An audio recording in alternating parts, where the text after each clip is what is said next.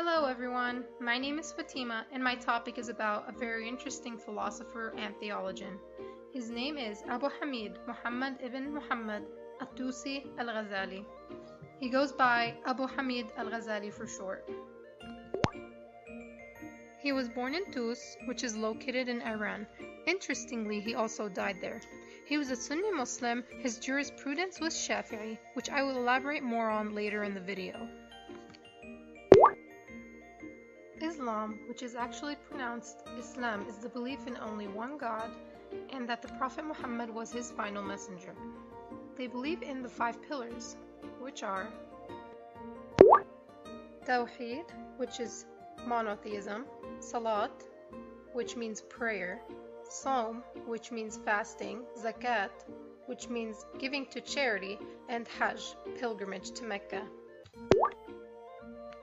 Tawheed, which is monotheism, is the belief in only one God. Muslims must pray 5 times a day.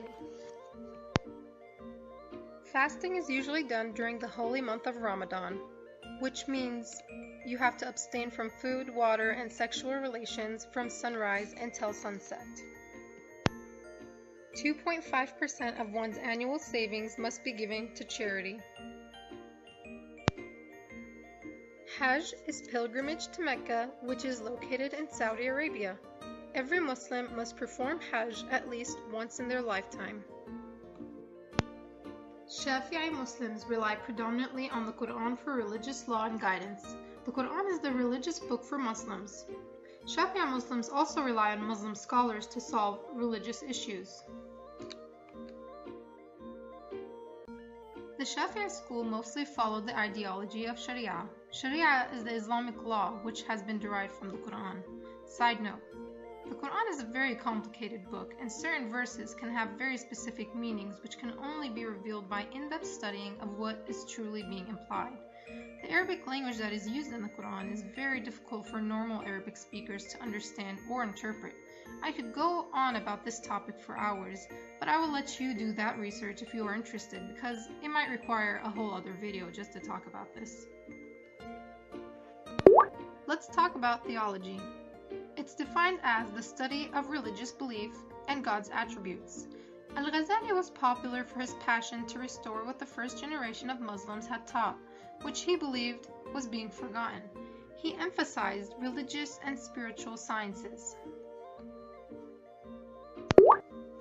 Al-Ghazali began his education in Tus, then continued in Gorgan, and finally in Nashapur. He was introduced to a man who was considered well respected during his time. His name was Al-Juwani. He met him while studying in Gorgan. He was also considered the most exceptional Muslim scholar of his time according to some texts. Al-Juwani is also Sunni Shafi'i Muslim who had great influence on Al-Ghazali's studies.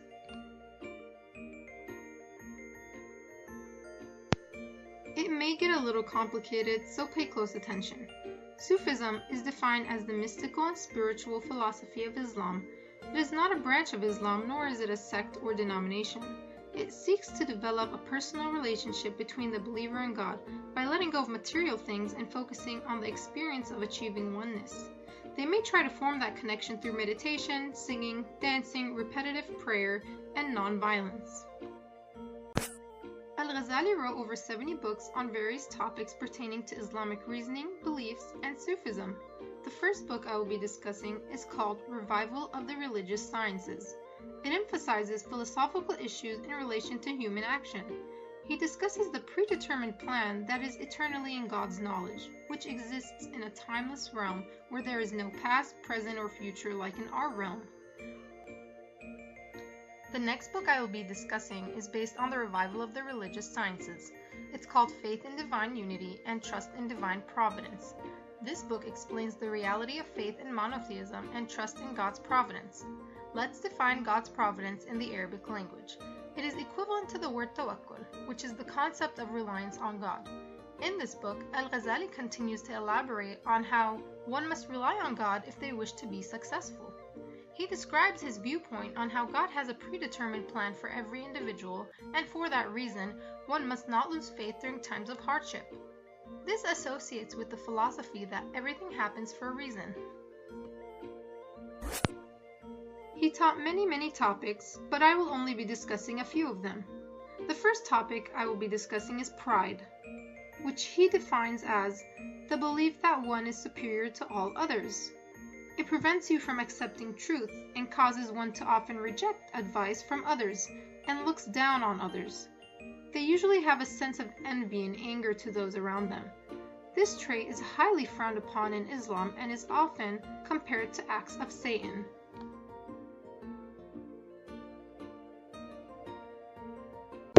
The next topic he discussed was about time management in correlation to periods of worship. He emphasizes the importance of having structure when planning out your day in order to be as productive as possible.